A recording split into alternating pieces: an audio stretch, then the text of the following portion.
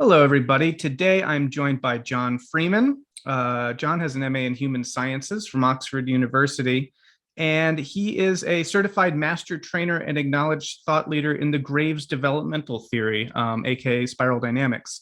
And I really wanted to talk to Jon because I've been having some conversations within the kind of developmental communities online and starting to dig into some of these materials, specifically the work of Claire Graves, whose book, The Never-Ending Quest, I just finished. And it sounded like there were a lot of things that weren't entirely clear to me about how some of the different communities and frameworks see the important distinctions that get made.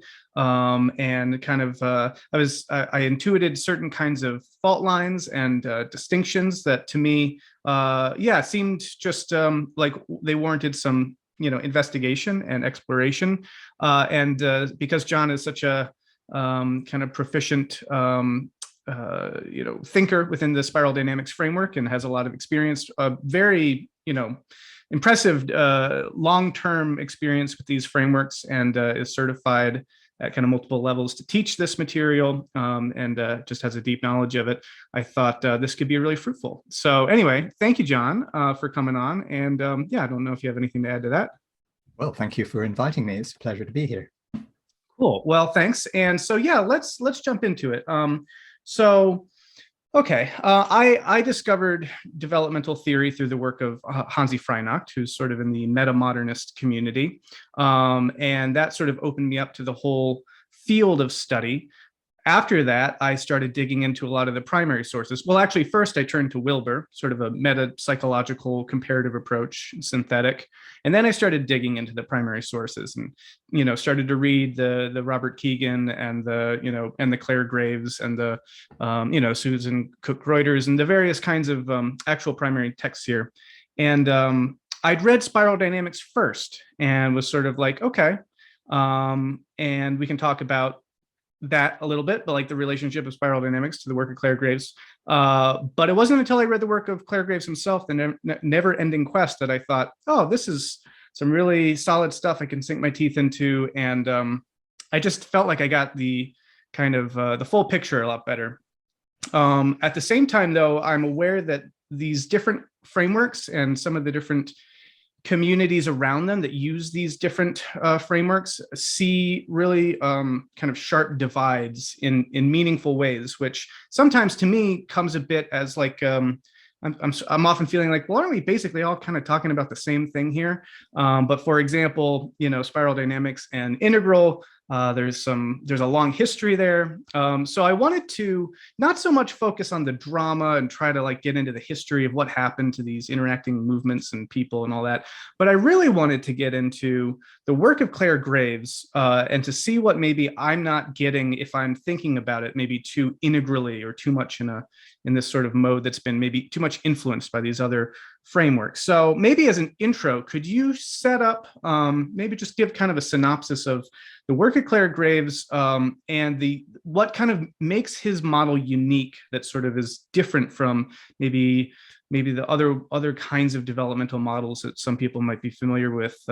And you can even, if you want to, get into maybe how this is different even from how Wilber presents the spiral dynamics and the Gravesian model, but something about just sort of overview kind of the Graves model. Right. Well, there's a few keys, I think, to what makes Graves special. The first is the way in which the model he evolved actually came out of the data. It wasn't something that he conceived and then went in to try and develop proof of. He actually spent, a decade asking people about kind of ways of thinking and what was the nature of a mature human being. And he had other people initially kind of classify those ways of seeing the world, and only then did he kind of turn that into a pattern. So that's one of, I think, the key strengths is it's not actually an intellectual model. It's a pragmatic one. And I'm kind of by nature much more interested in pragmatic than in theoretical models or in theoretical investigation, even though it will probably come across that I've done quite a lot in different ways. So the second thing I think that is completely key to Graves is the relationship between the ways that people see the world and the life conditions in which they happen. I mean, as far as I'm concerned, Graves is the Darwin of the socio-psychological space. So what you've got is not just a perception of, oh, there is development.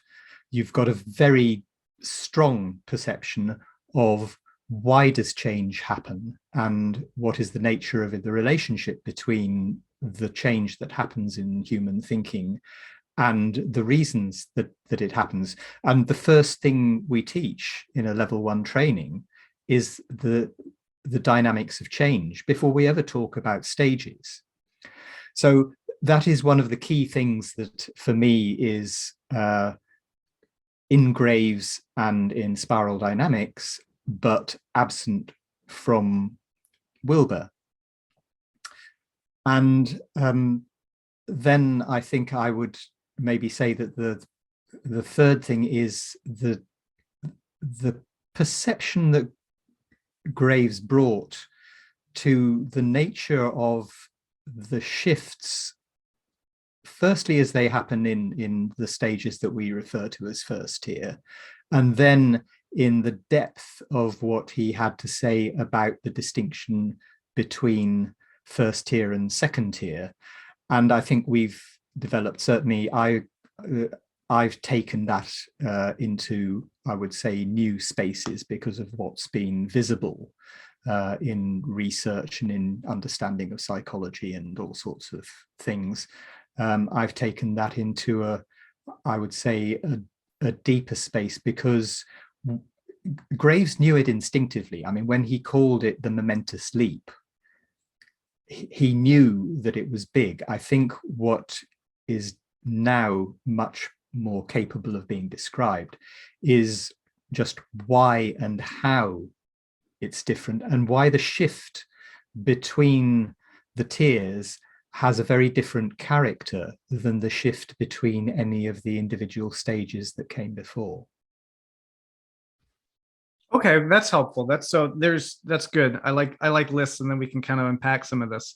Okay, so here's sort of I don't even want to call it a rebuttal because that's not the kind of the framework for this conversation. I'm not trying to make any points here. I'm just trying to kind of clarify my own understanding of a lot of these things. So so let me throw back a few of some of these ideas, and when I hear them, what kind of registers for me. So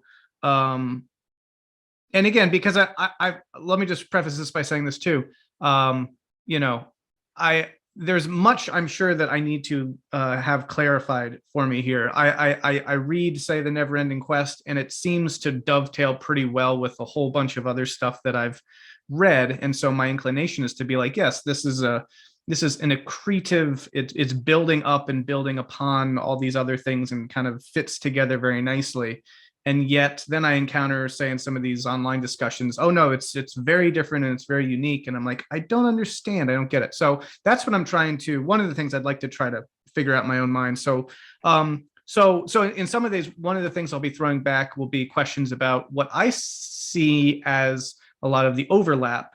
And then maybe you can try to help show where there's a distinctive element or something I'm missing about this. So to go numerically. So number one, you mentioned it's empirically based, right? It's not sort of theoretical, but it's coming out of, it's coming from a whole bunch of empirical research that then the model is sort of mapped from that, rather than you have a model and then you try to find the data, as it were. And you say that this is kind of unique to Graves, but in my experience, I don't pick that up as much. So, like, for example, Robert Keegan, or Susan Cook-Reuter, or I mean, name any of your models. For some reason, those are always just the names that come immediately to mind as being, in some ways, I guess, the most empirical but I mean, let's see. Let me think of another one off the top of my head. Or let's say Piaget, right? I mean, there's a lot of empirical basis there. He didn't begin with sort of a here's how I. Well, there's maybe a basic framework that he was working with, and anyway. But the point is, it seems like these other developmental theorists aren't just sort of theorizing in midair. They are doing empirical studies, and they are finding results that then map to particular stages and this sort of a thing. Kurt Fisher, another, So could you maybe explain a little bit more what you mean by the empirically based idea? Okay, well, I would accept what you're saying, that other people have done empirical research for sure. I think Graves was ahead of them, or all the names that you're mentioning. And what I think is kind of distinctive about that empirical research is that it's not a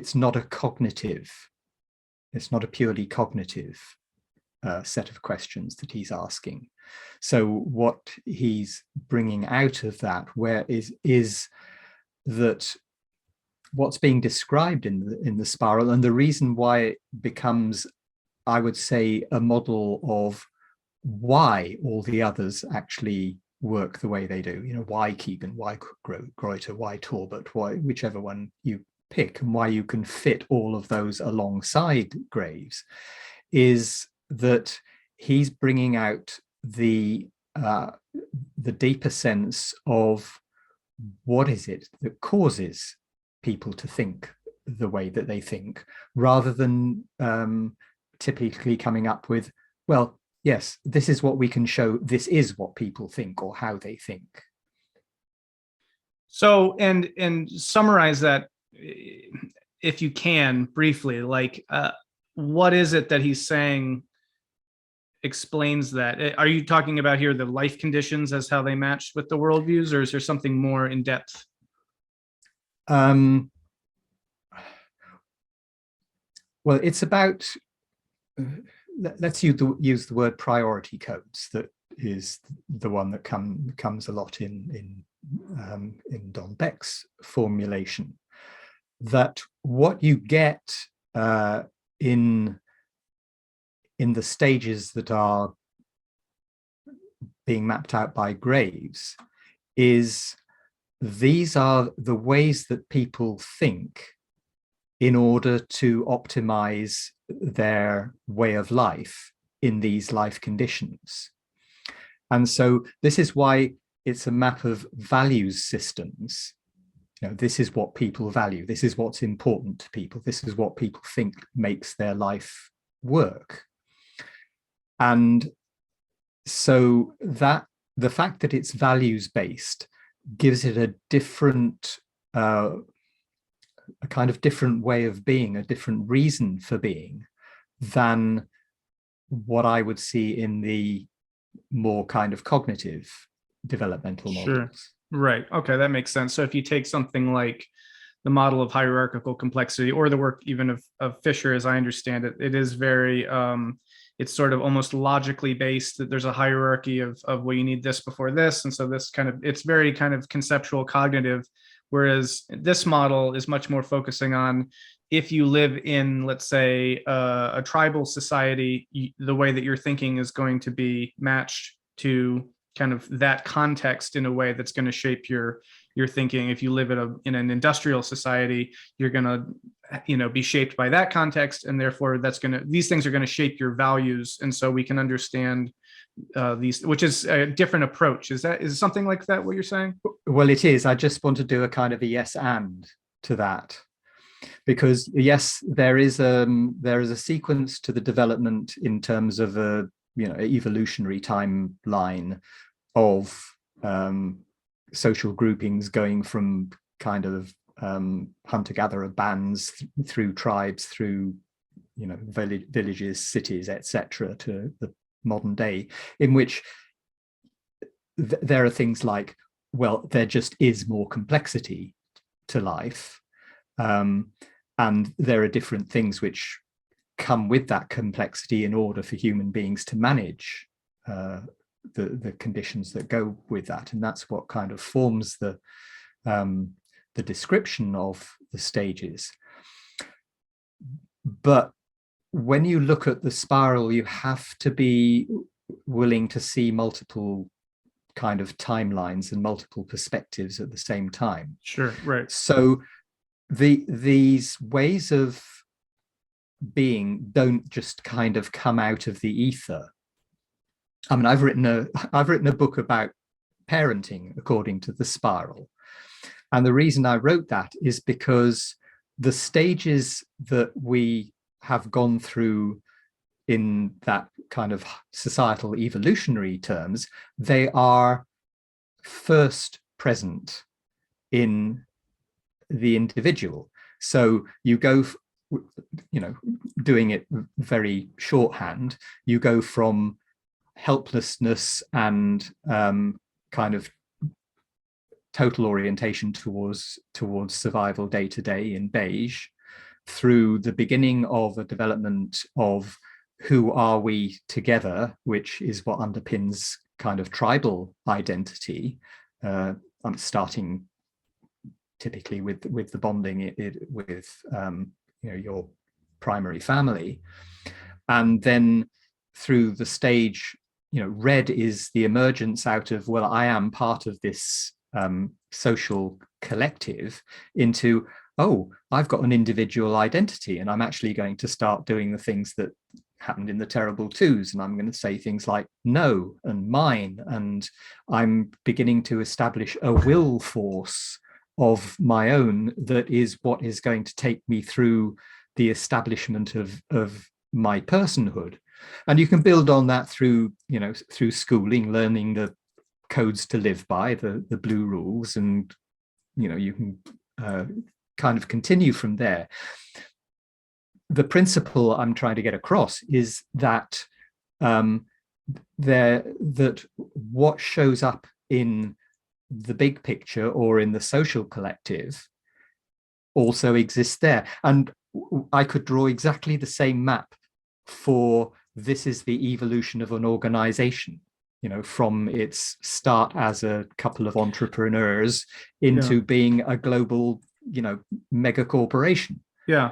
Well, I want to return to this in a little bit, because I would like to get your thought on this idea, which still is rattling around my mind without a clear kind of answer. And it does relate to this sort of phylogeny, ontogeny sort of idea, right? Like, what you were saying about seeing these stages in the individual lifespan, but also seeing them in the kind of lifespan, potentially, arguably, of civilizations or mid-level organizations such as, companies and things like that.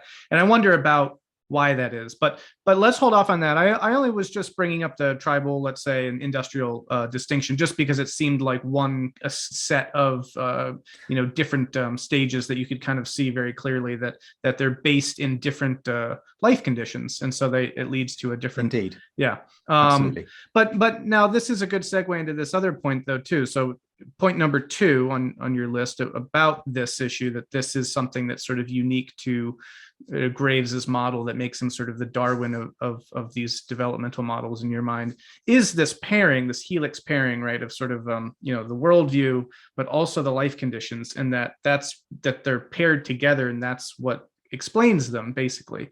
And there's this claim that you're making, and I hear others make too, that this is sort of unique to Graves, and again, I just don't that's not my view on it. And so, for example, well, Wilbur, I mean, if you look at the quadrants, right, like if you think about what's up in the upper upper left, the sort of the individual level and what's going on at the individual internal experience, and then you think about really actually kind of the whole lower part of the quadrants as being, the cultural and sort of the systemic, I live in a place that's, you can kind of map it that way, right? Like you can map, well, if you live in a tribal society and it has these kinds of means of production, it has this sort of social orientation, it's going to have these associated values, not, by any kind of hard and fast law of reality, but just by the linking of sort of environment to organism, basically. And similarly, as that kind of as those lines progress out, right? And let's say you have an industrial society, well, that's going to link up to a different way of thinking. So my point is just that when I look at sort of the quadrant model, I look at Wilbur, I see those life conditions there as well. And it seems Sure. to kind of map these things, that these things do grow together. So what am I missing? Am I conflating something there? Yes and no. I mean, the first thing I would say, and maybe if I used the word unique, I shouldn't have done. I would certainly say that Graves was there first, because Graves didn't use he didn't draw a 4Q diagram, but Right. the oscillation between the stages, between the I and the we, is totally kind of, upper and lower quadrants, and the oscillation that is between kind of I adapt to my circumstances, or I shape my circumstances around myself, that is the left-right dynamic. And all of that is kind of thoroughly implicit in Graves. Wilbur's 4Q it's a very neat conception, and I wouldn't want to take away the value of that. But what we call the 4Q8L, that was the way that Don eventually kind of mapped out a diagram around the time of working with Wilbur, it's completely Gravesian. And of course, the thing that I would add into that is that Graves was also talking about his understanding of biology. And given that he was doing it like before we understood what we do now about psychoneuroimmunology, or about the nature of neurophysiology, and we know a lot more about the mind, but he knew back then that there is something going on about the development of the capacities which are inside the biology of the organism. He tended to think of it as being brain structures, because that's what everybody kind of thought until about 10 years ago. That's an oversimplification, but I'll have to keep oversimplifying if we're going to get Sure. through this conversation. Well, question then, can you, to use the 4Q 8L, the 4 quadrants, 8 levels model, right? That is, from what I understand, people who gravitate more towards the spiral dynamics framework, they say, yes, this totally is right. This makes sense. Can you explain a little bit how that differs in an appreciable way from what Wilbur? I'm really trying to figure out, like, what's the distinct, because again, if you bracket the drama of the personalities of Beck and Wilbur and all this stuff, if you kind of bracket all the history, but you just look at the models, I really have a hard time trying to figure out like why there's so much kind of potential animosity. And maybe it is just a lot, or maybe that'd be a hypothesis, like, well, no, that's just kind of residual, lingering resentment from some personal stuff. But I'm coming into all this rather late to the game, and I'm like, I don't really, I don't care about any of that. I'm just dealing with the models here. And so is there something that if someone's using a 4Q8L model and another person's using an Aqua model of Wilbur, that there's something really deeply appreciably different about these? Well, again, yes and no, because it depends who's using it and how they're using it. So one of the, I'm not a Wilbur expert. And I should apologize too, because I don't, you're a spiral dynamics expert essentially. And so I don't, it's a bit unfair of me to be asking you to make these sort of comparisons sometimes if there's, but yeah, but it's fair enough. It's in the field, and I don't mind, but sure. I guess my answers are what I'm saying in not being a Wilbur expert, and I'm kind of aware that there's various different generations of Wilber's own thinking, but it depends who's presenting Wilber and who's trying to use what Wilber says. So, the kind of the key divergence that seems to have come with the Wyatt Earp moment and the big footnotes in Integral Spirituality and so on, is that Wilber has a much stronger focus on the kind of psychology of individual personal development. And yeah, he goes into other areas as well. Whereas Spiral Dynamics has historically shown itself interested in that and in organizational development and in large-scale socio-psychology and so on. And so one of the differences I see between the way that we typically look at the 4Q8L as compared to the Aqual is the dimensions. I mean, dare I use the word holonic? It's this sense of nested scales and how many different, there's this inside this and inside this. And we're looking in Spiral Dynamics at a map which will work for all of them and where we actually do our best to apply all of them. And so that's the one big difference between SD and Wilber. The other thing I would... Well, wait, just to clarify. So you're saying that... yeah, sorry, explain the difference a little bit better, just so I know what the kernel of the difference is. That so the kernel of the difference is the number of different scales at which... Gotcha. Yeah, because Wilber goes all the way up into this ultraviolet. Is that what you're talking about? Like there's all that going on, or are you talking about something else? Well, Wilber's going off into the individual development of kind of personal consciousness. And there's a whole other conversation we could have about that. But the distinction that I see is that, yes, there is a kind of relationship that going on in the Aqual as you described it, but the ongoing sense of adaptation and the use of thinking systems or the development of priority codes and values as part of that adaptation, I don't find that in Wilber, and I certainly don't find it in a lot of the people who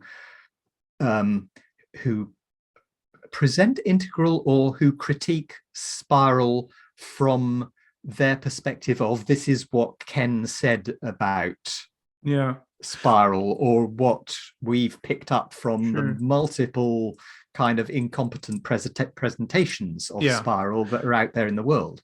Could you say more about priority codes then? This seems to be an important element, which I agree, I don't pick up in Wilber. And I also, in reading The Never-Ending Quest, though, it's not something that really stuck out to me. So maybe if this is an important distinction, could you say more about what that is about? Yeah, and yes, it's not in The Never-Ending Quest because I think this came out more in what Graves was thinking and writing after the point where he'd written that. I mean, that he got ill and he didn't complete where he was going when he was writing that. So the thing with the priority codes is it's like the reason we picked up on Dawkins' word memes as being the kind of cultural equivalent of the gene, and then we define that even further as V memes, so value memes, is that the way that people think is adaptive, and so they change mimetically in the same way that an organism changed genetically in its biology to respond, to different conditions, like finches with tougher beaks or whatever, going all the way back to Darwin. So the sense of priority codes and the adaptation and the way that relates to Graves' formulation of the change process is so deeply built into the dynamics. I mean, this and maybe this is another way I would extend the difference, is that a lot of the models you get for cognitive development, it tends to go, well, there's this, and then there's this, and then there's this. And there may be a little bit of kind of exterior, well, that's happening because you need higher complexity, etc. But there's a dynamic inside the developmental process that comes from Graves' perception of change, and how you kind of go from, oh, we're comfortable in this situation, to, oh, we've got some dissonance going on here and we have to resolve it. And that leads to a new way of thinking. That all of that not only sits in why one stage leads to the next and what it is about the red life conditions that becomes a problem that causes the blue life conditions to be needed, but there's also just so much built into it's not, it sounds linear, but it's not, because the dynamics are also about the relationships between green and red, or purple and orange, and how orange thinks about purple. There's a whole area that I want to go into at some point about the difference between the cognitive and the embodied, because it's completely crucial to the nature of what's happened and the nature of what's coming towards us if we're going to move into a second tier way of being. So we'll need to come back to that, but you may have some other questions you want to do first. Just real quick, but I do. This could be a good opportunity to jump basically right into that, because it sounds important. All I was going to say was that this notion that again, like that Graves is sort of unique in expressing the process, whereas other developmental theorists are kind of just talking about stages, just hasn't been something I've resonated with in my own experience. I mean, even when you go back to Piaget, he had, assimilation and accommodation, right? Or if you read Keegan, it's like, it's all about, these truces and these equilibria, these balances with your, and of course, even Keegan's got that, me, we, agency, communion, helix model. And I guess just saying that, like, process is sort of it's woven into, I think, I'm not familiar of any developmental model that doesn't say something about, or at least hypothesize a little bit about, the process. And basically it's just, as certain conditions allow for certain modes of being to work and be adaptive, they'll persist until that meets resistance or cognitive dissonance with something. And then, there's like, but like that also, that there's, maybe it's, to me, that just seems like really obvious, that like, unless you can really, because when people will say, well, there's no account of the process here, it's sort of like, well, there is, but it depends on how granular you want to get about process. It's more like, well, how come when some people meet dissonance or resistance, they'll just stay stuck and won't evolve, right? Or develop. How come some people, like, there's a lot of questions that are still out there that a better model might be able to explain. So anyway, those are just some reflections. Just the point being, again, that I don't see, personally, I just don't see Graves' work as being this sort of very unique version. Maybe there's elements that he pioneered. Certainly he was before Keegan and talking about the helix model. And it's interesting, actually, Keegan doesn't even have a footnote or a reference to Graves, which I don't know what that means. I'll have to look more into that, but it strikes me that, like, did Keegan not even know that there was this other model? I would be surprised if that were the case. But at the same time, you'd feel like if you're going to have a developmental model that has a helix in it that, shuffles back and forth between individual and collective, you'd want to, reference that other guy. So that's interesting to me. Well, it may not be so surprising, because Graves was not really recognized in his own time, partly because of kind of when he published, and partly because of his illness and so on. And so I think there were concepts that were out there, which, my belief is that they came from Graves, but they could have filtered through, and I wouldn't want to suggest that in any way Keegan was consciously plagiarizing. I suspect that some of these notions were just floating through the academic ether, and they would show up in different places. So, yes, of course, I accept that Graves is not unique, and that spiral dynamics is not unique. I haven't seen anywhere else that pulls as many of the aspects together all at once as spiral dynamics does, and that's one of my reasons for enthusiasm. But of course, of course, these brilliant people are going to, they're going to have their pieces of the puzzle, because it's in the territory. Exactly. That was what I was going to say, is that it's you'd have to be a pretty hardcore like social constructivist to basically believe that if someone has a conclusion about something, it's because they received it from somewhere, they heard it in their culture, whatever, right? Like we do discover things, Leibniz and Newton did their calculus thing, and like, hey, that was sort of independent, and they were hitting on something. And so what makes me really excited about the whole developmental psychological field is that it's a territory that people have discovered and independently come to, similar conclusions about, hey, look, isn't this interesting? People develop, and as they do, they tend to fluctuate back and forth between me and all this stuff. And so you don't have to go so far as to even be concerned about making plagiaristic arguments, just to say that, yeah, if you're studying molecules and someone's in Russia and someone's in Yugoslavia, I don't know, that they might come to similar conclusions because they're studying the same thing. So yeah, anyway, that was basically all I wanted to throw out there into the mix. But if you wanted to say something about cognition and embodiedness, I don't know if that's still something you'd want to hop into, or. Totally. It's actually, for me, quite crucial, and it's crucial all the way up to the questions of metamodernism and spirituality. It goes all the way through what I understand your interests to be. Excuse me. So I'm going to kind of give a little bit of background to how the hell did I get into this in the first place. And it might seem like I'm going kind of off at complete tangents, but there is a point. It will come back eventually. Sounds good.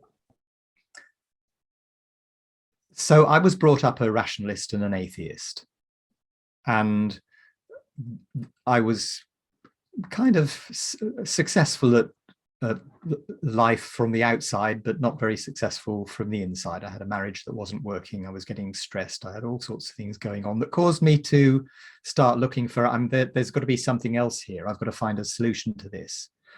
And what that led me to was a training, which I took thinking it was going to be about stress, but it was about more than that. And at the end of the training, it was a kind of an exploration into the inner mind, and a lot of things that kind of have also come out more into the public arena since then with many other people. But during the end of that training, one of the things that I was invited to do, everybody was invited to take their turn at doing this, was given a description of a person, or not even a description. You have the name, you have the gender, and you have a vague location.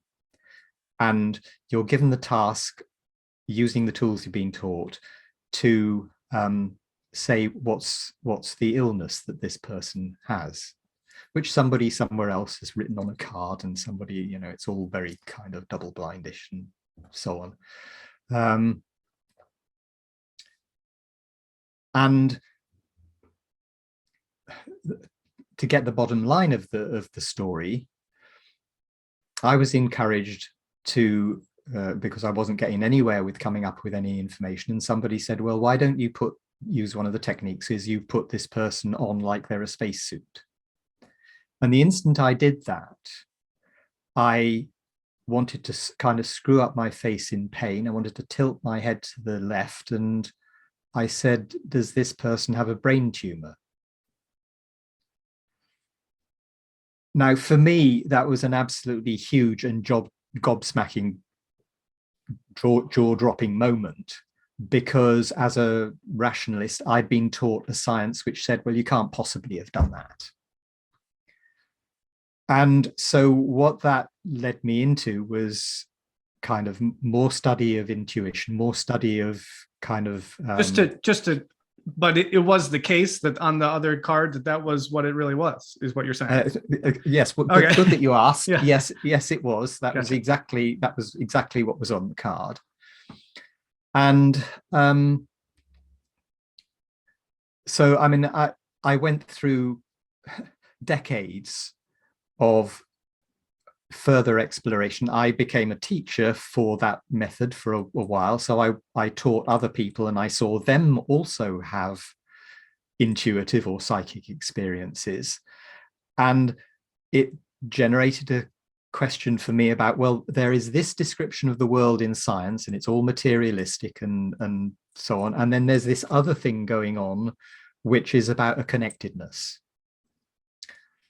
So if we kind of come forward about 25 years, I produced a book called The Science of Possibility, Patterns of Connected Consciousness, because what I had to do was to go into all the different places where different things show up, different phenomena show up, and find out what the relationship is between consciousness and material reality, and how humans kind of live in that. So what I'm kind of very strongly aware of is the way that beige and purple in particular occupy that connected space. And you get the shamanistic perspective and so on. And that most of the way that came to be described, the descriptions were coming from people who were writing from blue and orange perspectives, in which they were only seeing the material world.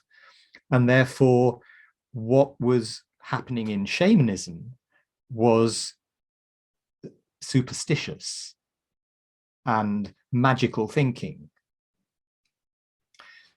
And the way I see this coming forward into the way that well, maybe I'll add one other thing in there, that there's a whole load of stuff that you learn when you get into kind of, psychosomatic medicine and more personal psychology, things that are now becoming quite mainstream, like Gabor Mate's work on trauma and how that relates to identification and identity in the early stages, and kind of lots of stuff that shows up that is now being worked with through people who are practicing kind of embodiment. So we have this distinction that's kind of crept into the way that a lot of the world is looking at the spiral, or looking at development, or looking at psychology, that it has become excessively analytical, very strongly cognitive in its orientation, and much less aware of what is it that people do and experience that is intuitive and connected and in the field and in the sheldrake space of morphic resonance, and in loads of other things that you could add into those descriptions. And we kind of have been stuck in sort of two worlds still, between, oh, there's science and there's religion or spirituality. And I don't think you can get into a true metamodern spirituality or even into an adequate transition from first tier into second tier unless you are integrating fully what is going on in beige and purple and red that is precognitive. Okay, gotcha. Now, so a couple thoughts. Gosh, let me think of where to. Well, that opens up sort of like a potential bifurcation path that like there are interesting things down each of these avenues, and I two roads diverged. I don't know which one to take. I guess just to offer kind of a quick reflection to that, it is interesting because this space, and by this space, I guess I mean these developmental models, whether it's spiral dynamics, the integral Wilberian framework, the what else is in there? I'm trying to think of, basically the point I'm trying to make is that there is a definite kind of emphasis on or inclination towards holistic thinking in these spaces, and I think that that also then invites a lot of inclination towards leaning towards spiritual interpretations. And then when you're in the realm of the spiritual, it's sort of like that can mean a lot of things to different people in a lot of different ways. And so it's interesting to see the different developmental approaches grapple with that in different ways. So for example, Metamodernism, as the Hansi Freinacht books deal with this issue, they basically say, okay, Wilber went way off the rails when he stacked Aurobindo on top of all this stuff. And even to talk about turquoise is sort of like, probably we don't have anything really to go on there. So we're going to cap all that stuff and we're just not going to go there. And we're just going to try to be, at least rational and kind of physicalist, even though we might be able to be kind of transpersonal, right? So I think that, yeah, interpreting things about morphogenetic fields and stuff like that would sort of be in the metamodern space, sort of like, no, we don't do that, largely in reaction to the way that so much of that stuff has come into the integral scene, where it's sort of like, you want to do psychic readings, you want to do, whatever, like, go for it. Energy healing, it's sort of like, it's all in there because why? Holism or something.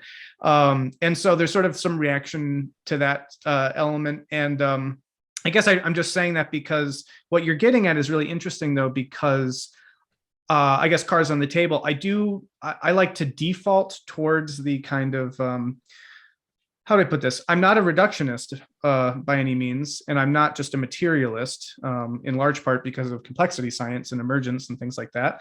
But I do like to kind of default to the, well, let's try to presume that there's, like, if we need empirical basis for things and we need studies and that sort of a thing, right? And so trying to integrate in the way that you're talking about the preconceptual, or I think you used the word precognitive, insights from beige and purple can become a little, dicey, sort of like, well, what are we doing there exactly? Well, right?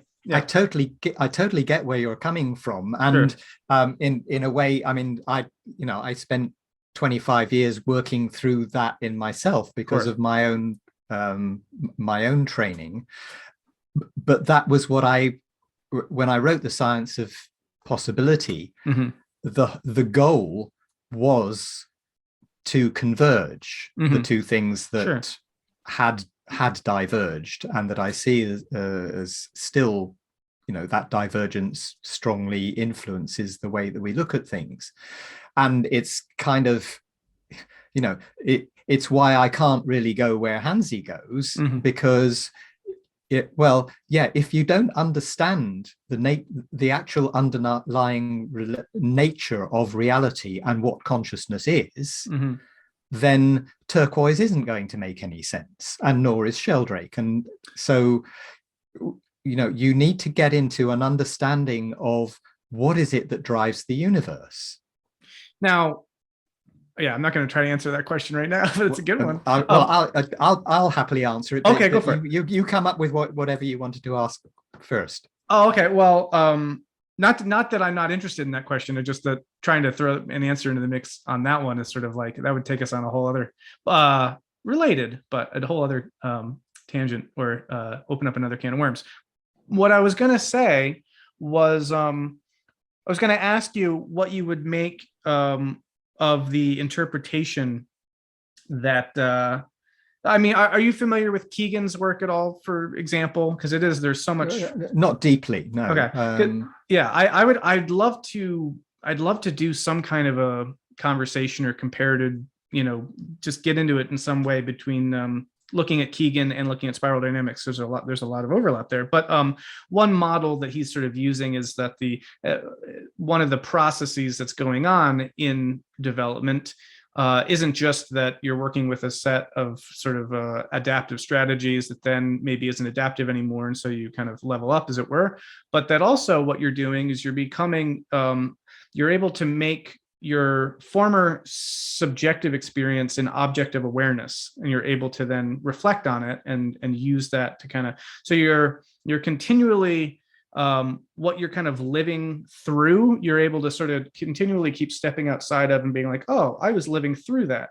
But, you keep being able to do this, which is another potential way of saying that you're basically, or I shouldn't say that's another way of saying, but it dovetails very strongly, I think, with the interpretation of projection in psychology, right? That actually what's inside of us, we tend to project out into the world, and part of what what we're trying to kind of withdraw those projections, right? So my question is, there's an interpretation of, say, animism of the sort that you find in Purple that basically would say, well, this is essentially projection. It's participation, mystique, it's Levy-Bruhl, that kind of thing. And we're just sort of projecting, but part of the thing that's going on in development is we're withdrawing those projections and whatnot. So my question, if you probably already intuited it, maybe if anyone's intuited it, it's you, what would you make of that reading of, say, Purple, that there it's not that there's something precognitively that like Purple taps into quintessentially that, say, Orange isn't able to anymore, but it's more like Orange has sort of learned to detach itself or to withdraw those projections, and that's maybe a good thing, or I don't know. I think you get what I'm saying. Well, I mean, they're both true, but they're kind of different truths, and maybe. Well, I'm not going to say it wasn't a good thing. If we wouldn't be kind of having a conversation through this remarkable technology if we hadn't done all that. But, and this is why it's not a tangent for me at all, it's absolutely kind of central. If we don't recognize that we put something aside and we kind of diminished it, because yes, okay, there is projection goes on, and there are, you could describe every stage of spirituality in terms of how it relates to the spiral values system projected outwards into, this is how we see God, this is how we see ourselves, and this. But if you don't include the reality of the connections that those shamanistic societies have with their environment at the level of kind of information consciousness, that there is something real going on as well. It's not purely projection, and it's not simply kind of superstition and magical thinking. If you don't include that, actually, it's one of the things that you would leave out that makes it impossible to integrate all of first tier in order to move into second tier. Right. And so there are a lot of people whose perception of second tier is like, and this is one of the things that I most often kind of get frustrated by in the way that Integral is presented, is that there's, for a lot of people, there's some notion that second tier kind of exists on its own. There is no such thing as second tier accept as the sum and the balance and the blend and the true integration of everything that is in first tier, in order to have a platform on which to move higher. And I don't even like the word higher, but yes, to move higher in the diagram. let's do that. Well, so one of the frames that was sort of I was thinking of for this whole conversation was kind of the to draw out some meaningful distinctions between Graves' work and other developmental theorists and other meta theorists like Wilber, who are drawing on or have used Graves in some way, but many people say distorts him in some way. Is this one of those instances where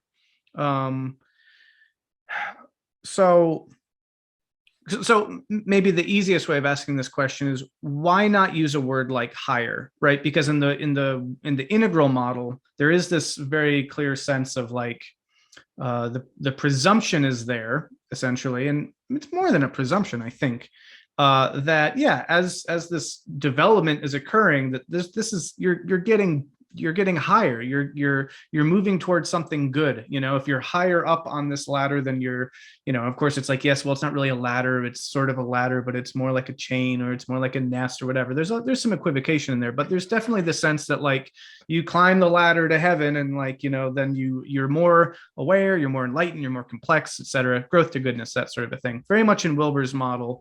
But that's the problem. Yeah, and so the question is sort of like, the emphasis, let's say, is certainly not there in Graves, though I don't think it's absent either. I think you can certainly do a reading of Graves and say, yeah, there's something similar going on there. But yeah, maybe speak a little bit to that distinction if there is a meaningful one there.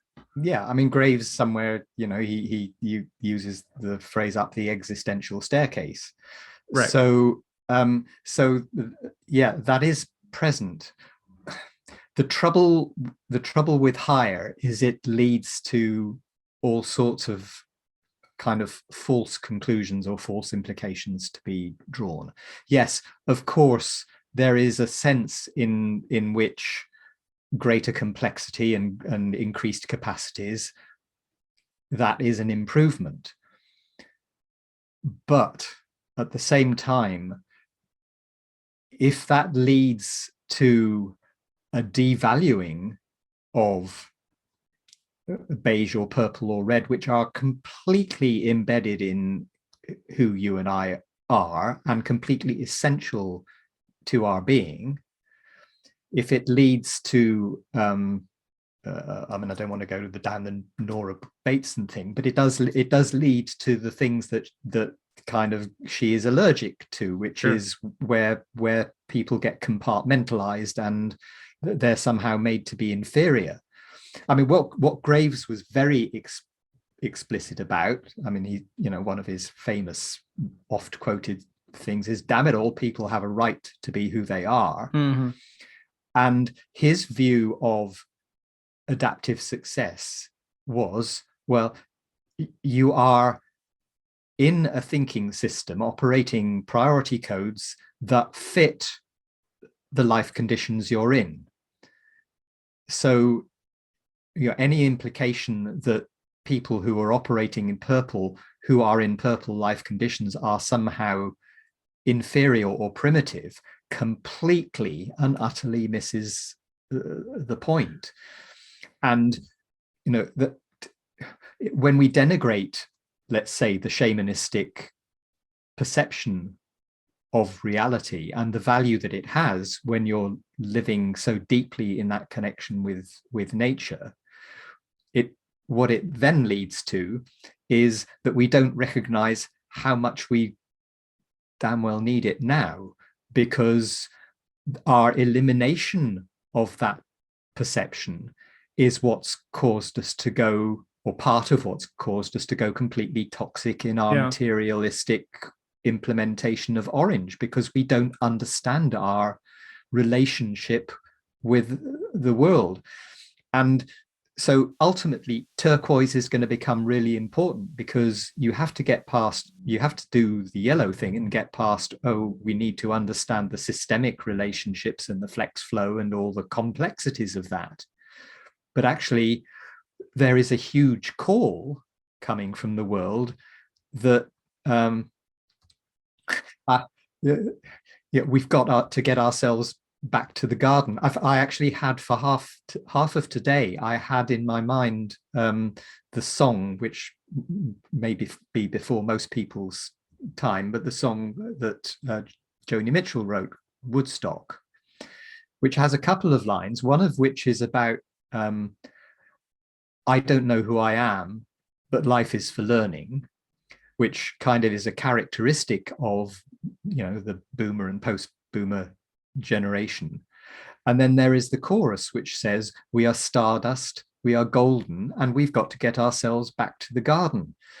And I think that came into my mind because that is actually so much the context in which, you know, 50 years on, that's what we're living in, is the exploration of who we are and the need to find our way back to our connection with nature and with stardust, you know, as a metaphor. And that actually, you know, when you want, if you want to go for some sense of what a metamodern spirituality is, that's the trajectory. Yeah, I mean, this is an interesting point, because I do see very different readings on this idea, right? Where even within people who are, you know, explicitly using the term metamodern, tend to, so okay, context, Wilbur in his framing of these sorts of ideas, I mean, he clearly expresses, yes, we are destroying the environment. We need to stop that. We need to get into a right relationship with this, and et cetera, et cetera. So he is coming from a very ecological perspective. I mean, ecology is one of the three words in sex ecology spirituality, his big work. But he also has a critique in there, which is that he sees people basically becoming aware of that. And so then just assuming that, well, if we're out of touch with nature, we need to be more like people who used to be really in touch with nature. And who are those people? Oh, people who lived in tribes and people who lived like basically pre-modern existences, which then he critiques as being a reactionary move, as being like, we've got to go back. We've got to, you know, and he calls them retro-romantics. And to be honest, as someone who I think I very much conceive of reactionaryism as being one of the chief problems of our time, both on the left and right. And I think this is the left version of this. It's sort of like, oh, well, let's just, you know, civilization, modernity is bad. And so we should all just go back. And so I'm very sympathetic to that critique. And again, I was going to say that people. So am I.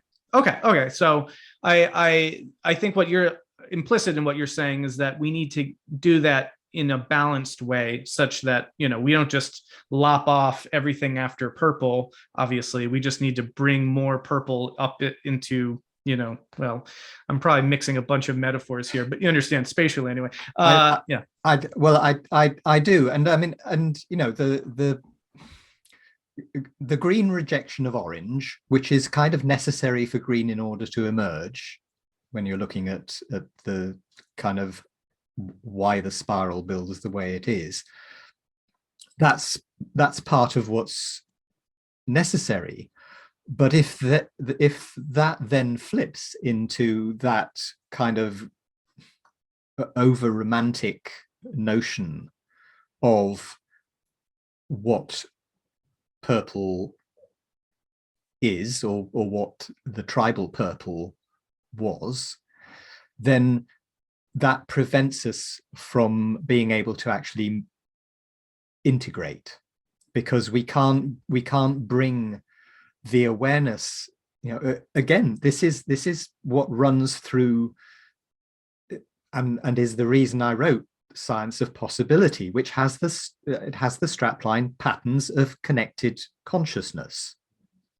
So it's very Batesonian, actually, because that I kind of borrowed that notion from what's in kind of Steps to an Ecology of Mind and all of the things that he was considering, that we have to put the non-material connected world and the connected world into the same space. So yeah, romanticization and kind of rejection, that is one of the things that will keep us arrested or closed in green, and it will prevent us moving healthily into yellow or anything beyond it. Mm-hmm. Here's a question, two questions. You gestured at this fact, which is very important in Graves, and this is a distinction that I think it could be a very meaningful one. Seems like it is, but I'd be interested to hear you speak to it. Graves makes this distinction, right? The leap between, when you compare first tier, basically everything up to green, and then second tier beginning with yellow, that this is a really profound shift. Now, in the Wilberian use and other contexts where these sorts of developmental models are presented, that doesn't really appear. Basically, well, yellow, or in Wilber's case, teal just comes after green. There isn't like yes, there's a little demarcating part on the little altitude thing of like, oh, now we're in second tier, but there isn't, it's not made a point of the way that Graves makes a point. So one, I guess questions would be like, why is that that leap so important? What is it about that idea in Graves that seems to be really worth emphasizing? And well, maybe we'll just start there. And yeah. Okay.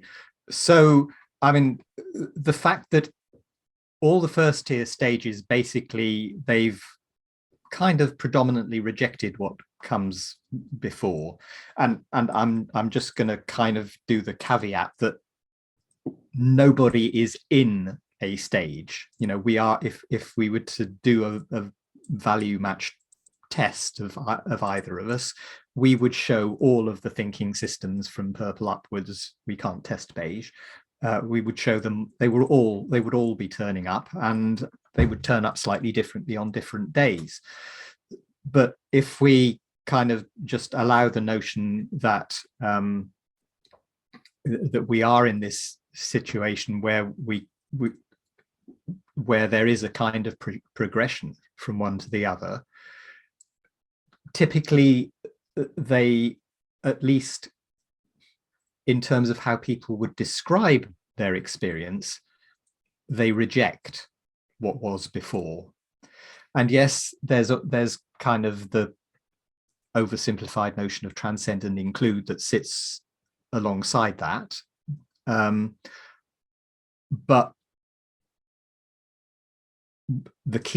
one key to the entry into second tier is that you actually go back and you bring in the value of all of first tier, and you have those balanced and kind of healthy in the form of each stage, and balanced between the stages. So that is a very clear difference between the green yellow shift and anything that's gone before. So that much I would say is present in Graves. What I would add to that now is that I think we have much more understanding of how that actually works out in terms of what is complexity doing to us, so that we've kind of gone through what people recognize as the VUCA conditions, which is where so much is happening in so many different places, and it's all interrelated, and you can't do the linear thing anymore. You can't do cause and effect anymore. What also breaks down is the notion that kind of sits in blue, that there is a right way of doing things and a wrong way of doing things, because you have to be much more flexibly adaptive. And so the kind of the linear analytical process breaks down because we need to be more embodied and intuitive and sensitive and context aware and big picture aware. The question. And we need to. Sorry, Okay. I don't mean to interrupt. I no, just Well, I'm looking for a. Well, sorry, yeah, keep going. Don't, yeah. Well, just to say that we need to do that, and we need to step out of the right way, wrong way polarities into flex flow, and we need to step out of kind of the materialist perception into a post-materialist perception, and all of those things need to come together in order for us to properly shift into yellow and to be fully functional in yellow. And so that's my description of what shows up and why second tier is qualitatively different. Yeah, as you were speaking, it kind of hit me the distinction between like something like kind of classical physics, or maybe better would be just kind of classical mathematics versus like chaos theory, or even like Newtonian physics versus quantum mechanics or something like that. That there really is a very profound qualitative shift there. And yet, so anyway, that was helpful to kind of think about analogs. Well, can I just extend that a bit? Sure. So totally go with what you've just said, and that actually one of the things that would kind of follow from everything else that I said is that chaos is now it's the new order. And so make a good t-shirt. I might actually make that one. I think because it's the need that we have to, when you shift out of linear thinking, it means that you have to actually exist in that kind of flowing. We become, one of the ways that I describe this is we're not nouns as much as we were, and we become more verbs.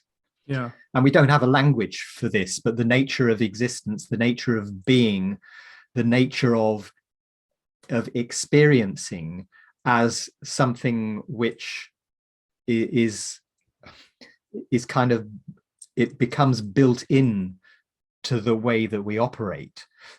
So that chaos thing is actually it is how life works. I mean, life has always worked. It's just that we kind of got into the notion that we could control it. Right. Okay, so that's helpful.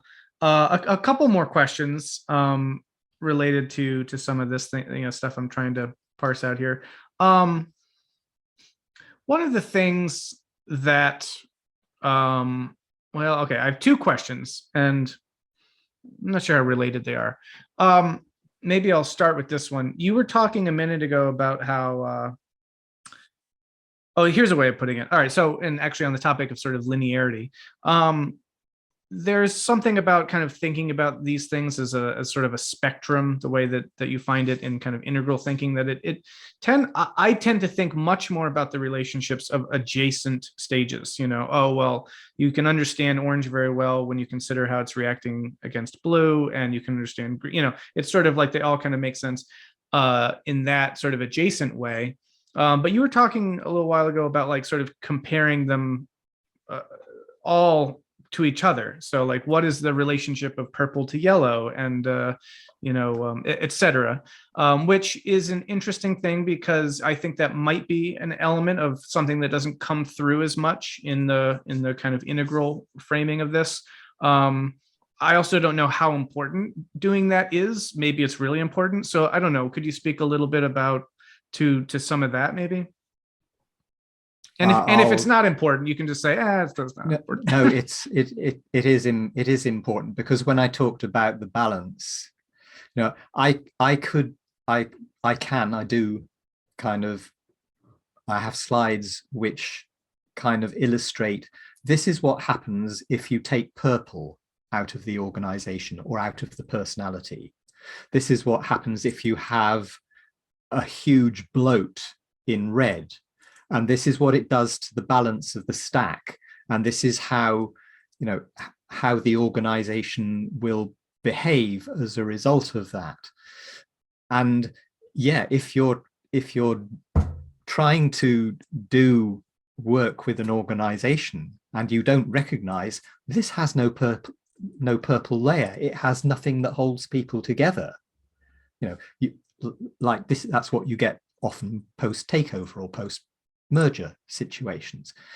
Like this will cause it right. Yeah. So this will cause it to be dysfunctional. This will cause the energy not actually to be coherent throughout the whole. So I'll kind of stop there because there's a whole half-hour conversation just about that. Yeah, no, that makes sense. And actually it's a good segue into my next question, which is like, there's also a way in which the spiral dynamics framework lends itself, I'll try to say this in words like, I don't mean this in a pejorative sense, but it almost kind of stereotypes the different stages. I mean that just in the sense that it kind of gives them a more essentialist kind of quality of like, well, purple has these, you can kind of feel into that. You kind of get that, right? And yeah, that sort of a thing. And that seems to be a bit unique about the spiral dynamics framework, arguably, because it's rather different to do something like that than say if a Robert Keegan were to be consulting with a company. He wouldn't say, hey, we need more impulsive people here, we need more what are the other like there's a way of mapping the spiral dynamic stages to individual psychological development.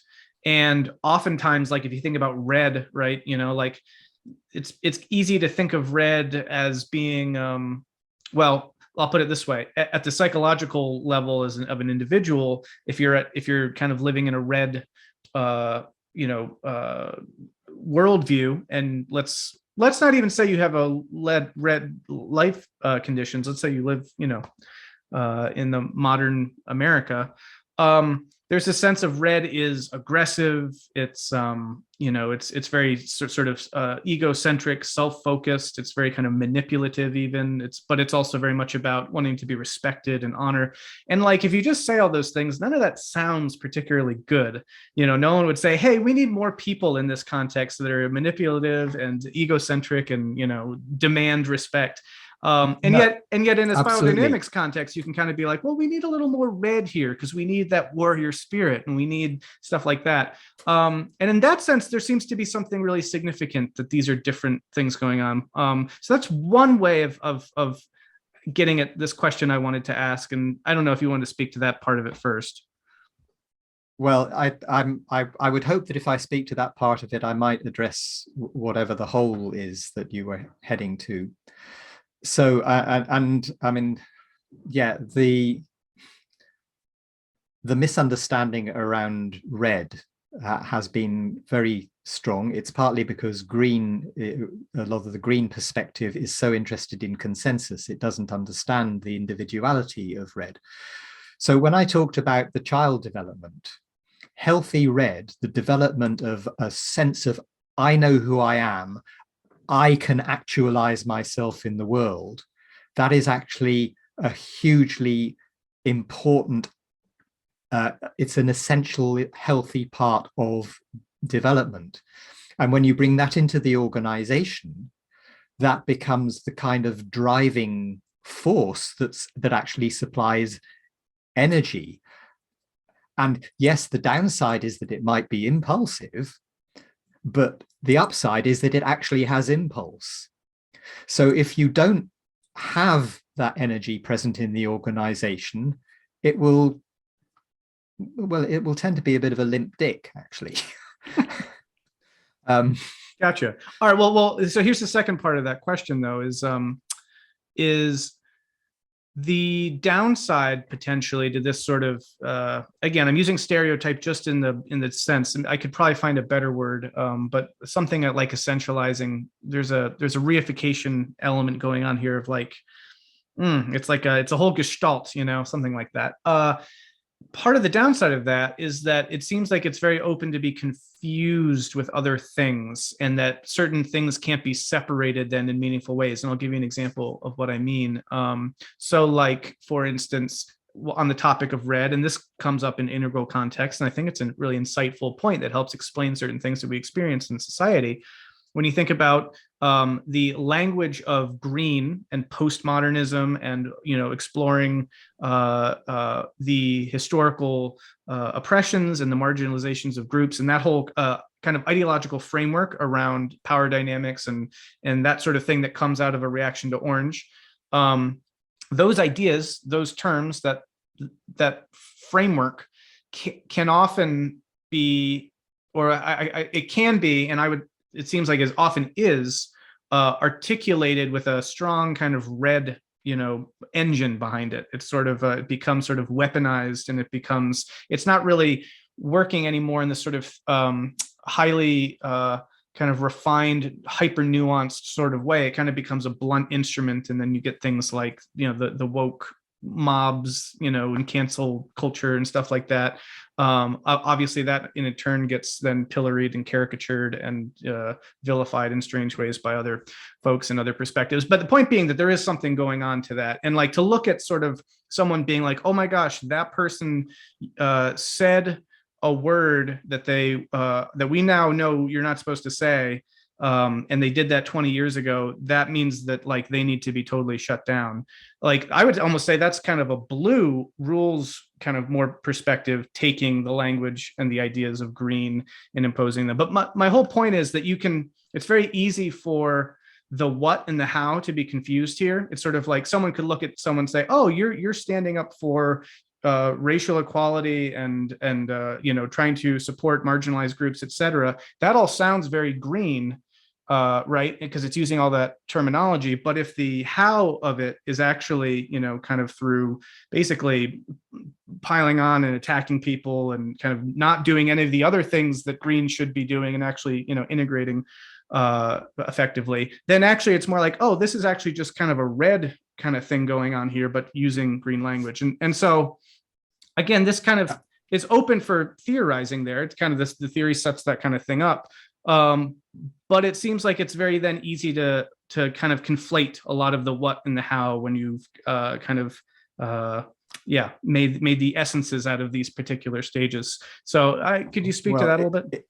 Well, it is. And I mean, and this is kind of, and some of this is where, spiral dynamics is so much an art and not a science, and why kind of feeling the nuances of what's going on, because not everything is explicit.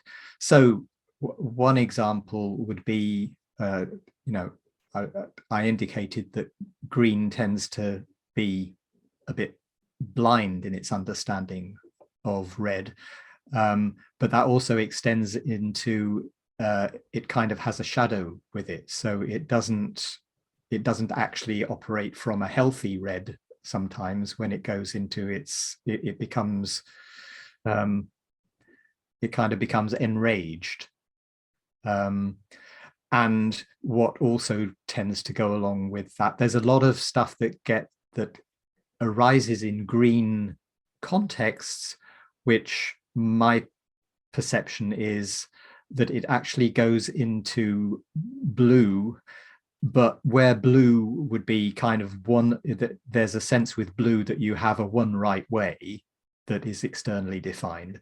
When green does it, it goes into a subgroup and it is our right way, but it's kind of equally rigid, and there's just a right and a wrong here, as any kind of religious dogma would be.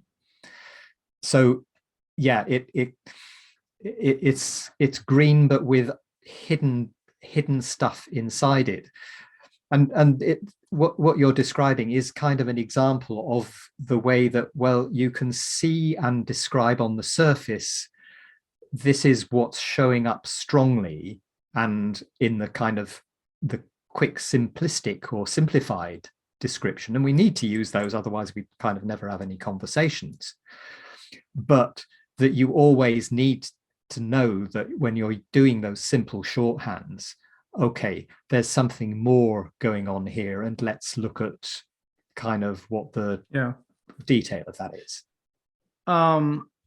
We're probably reaching towards the end of this time allotted for this conversation, but this has been really rich. I just wanted to ask one, if there's something. Oh, actually, there are a couple of things that I want to just touch on. There's two things, and then I also, if there's anything that you wanted to add in that you felt like a thread that got dropped or anything.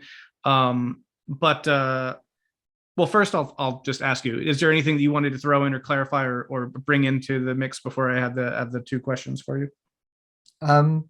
I think I'm okay. I mean, there are so many areas in which I could say so much more, but right. both listener patience and my energy would probably not go that much further.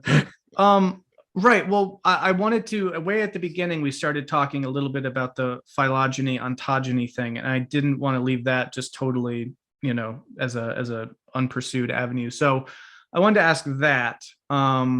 So yeah, just real quick, to the degree that you could do that quickly. How do, and maybe actually you've already explained this a little bit, because you are giving some credence to this notion of morphogenetic fields and these sort of big patterns and things like that. So maybe I'm already kind of onto how you would interpret this. But yeah, the question is sort of, why do we see these kinds of patterns of spiral dynamics, both kind of broadly culturally, but also individually, and how do we best interpret that kind of individual expression of these dynamics and the cultural collective expression of them? What's going on there?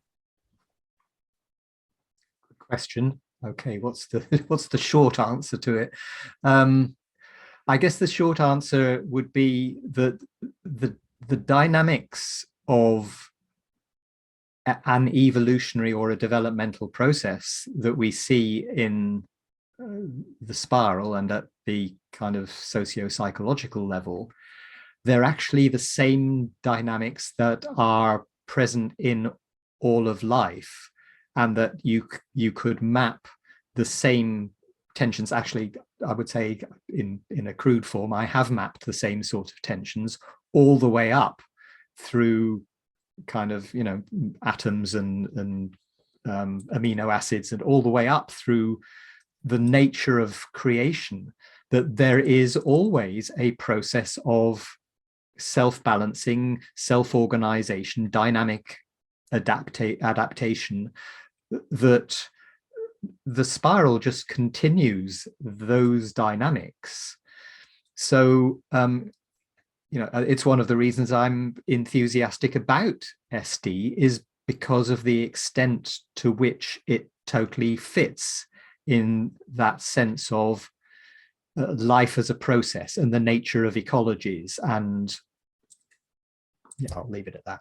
Yeah, no, actually, that's a good way of putting it. I like that. It's kind of a fractal dimension of, like, you can go all the way down, and and this is in some ways an interesting little segue to my last question, which has to, again, bring in Wilber and integral theory, because, reading Sex, Ecology, Spirituality, I think one of the early chapters, he's talking about agency and communion, which is that sort of I-we polarity, but between the spiral, and that really does, that all kind of holons have an element of that agency and communion dynamic going on. And so it is kind of, but the point being there, that the question is sort of, listening to you speak, you are comfortable engaging with issues of consciousness and the more kind of spiritual side of these kinds of questions and this sort of developmental theory, and you are familiar with a lot of the integral mappings of these sorts of things,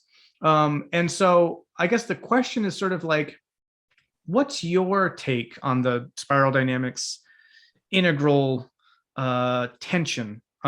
Is it something that you feel like is maintaining a significant distinction between different models or different ways of thinking about something that you feel like is should be conserved? And so it's like, no, well, we can't just kind of give that over to, Ken Wilber and integral stuff all the time, because there's something really distinctive here that we need to maintain. It's an important distinction. Is it more that? Do you draw a sharp distinction of any kind, or you just kind of say, yeah, they're kind of more or less doing the same thing? Some models are better or worse for expressing certain ideas or the other. So yeah, I don't know. Just kind of speak about what are those distinctions? How meaningful are they? Yeah. Yeah, I mean, it's a difficult question because, it's a bit, whatever I say has to be generalized when actually, well, kind of which flavor of integral, or whose perception of integral, and even whose presentation of spiral dynamics are we talking about. So, I mean, the reason that some people are more angry about this than others, but there is a perception that what Ken Wilber did when he brought in a whole different color scheme and when he went off in a particular direction was that it was destructive, and possibly even some people claim deliberately destructive. And I think it's very important. One of the things I like about Graves is, and you've seen this, is that Graves would draw the diagrams, and he would say, well, this is where Lovinger fits, and this is, and he's got all these other theoreticians and he puts them alongside. And I would say, for instance, I was who's the guy that you interviewed who was talking about Piaget and Fischer? Zach Stein. Zach Stein, yeah, like everything. I would go along with everything that I heard Zach Stein say, and I would kind of very happily map what he does sitting alongside the spiral, and this is where the two correspond. And so where it becomes frustrating is when somebody from one theoretical perspective thinks that they have to kind of destroy spiral dynamics without understanding what it actually is, when the two, they're just, they're different theories. Spiral dynamics never was a theory of everything. That was a daft idea. It's really not at all good at plumbing. And so you have to be willing to use each theory, each model, in the context where it's appropriate. And that's where it all goes wrong, is when people accuse spiral dynamics of not being something that it never tried to be, never wanted to be, doesn't need to be, but happens to be not what they're doing. Yeah, that's, I mean, okay, yeah.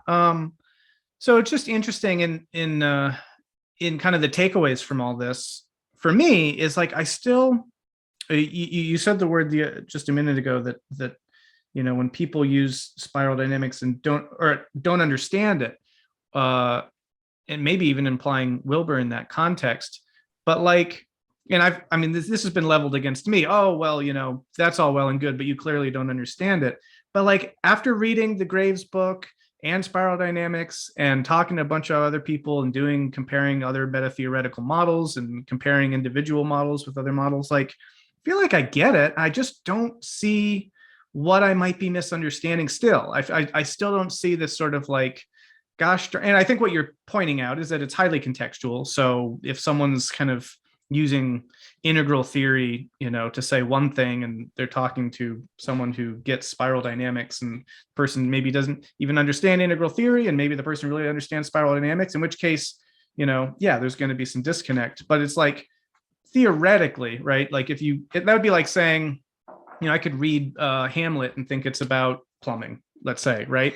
And I could talk, there's a bunch of ifs And there's a lot of well, if people use it this way, or if they were to do this, and it's like, yes, certainly people do, but it's also like, well, yeah, but they're just wrong. Like they don't understand it. Well, and forgive me if that sounds presumptuous, but it's sort of like, yeah, you can listen to someone give an explanation about Hamlet as being about plumbing, and you are in a position to be like, well, that's not really what that is. And so I feel like people do this with every model, integral, spiral dynamics, whatever. People are going to misuse Nora Bateson's ideas as well, right? And it's sort of, and maybe disastrously so in some capacity, right? And so it's like, that's always a possibility, and we shouldn't necessarily preclude using models based on how they might be used. But more than that, it seems like, in to kind of wrap this all up, my interest, or one of them just presently, is like, there's so much overlap as I see it, like I'd love it to see a less standoffishness between metamodernists and spiral dynamics people and integral people and other developmental theories, and just all being like, yeah, we're all, I mean, provided that you're familiar enough with the basic literature, like, yeah, there's a lot basically we can agree on. And it's like, and not having to kind of do this like from the different trenches of being like, oh, like, and like all angry at each other. So anyway, so this conversation was sort of in that vein of like trying to see, what the distinctions are, how meaningful are they, can they be bridged, and that sort of a thing. And I guess optimistically, I just say like, yeah, I see a lot of synergy and confluence there. Meaningful differences, yes, here and there, but for the most part, like, I feel like there could be a lot more consilience, and I don't think I'm just misunderstanding it all, to suggest as much. But I don't know. Final thoughts on all that. Well, I mean, so much of what you've just said, I mean, I go along with. I think it's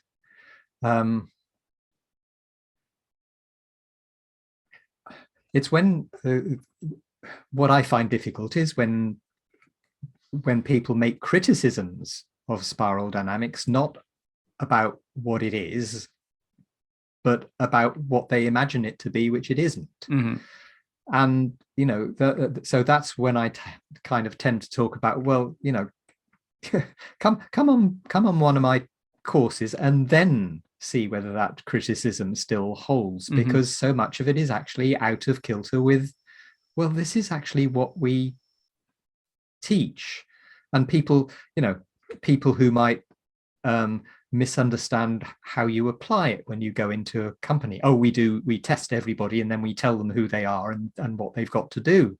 No, we don't. We go in and we use the tests in order to help people see each other, and then have a conversation about, okay, what do we actually want to be and do? So, it's different ways of misperceptions are awkward from my point of view. I hear that.